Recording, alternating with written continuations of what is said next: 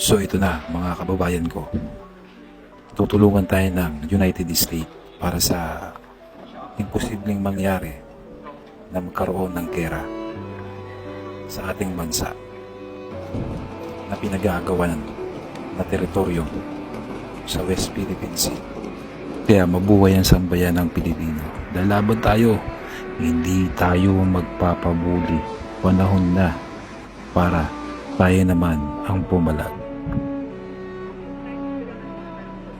Panahon na para ipaglaban ang ating lupang sinilangan, ang bansang Pilipinas.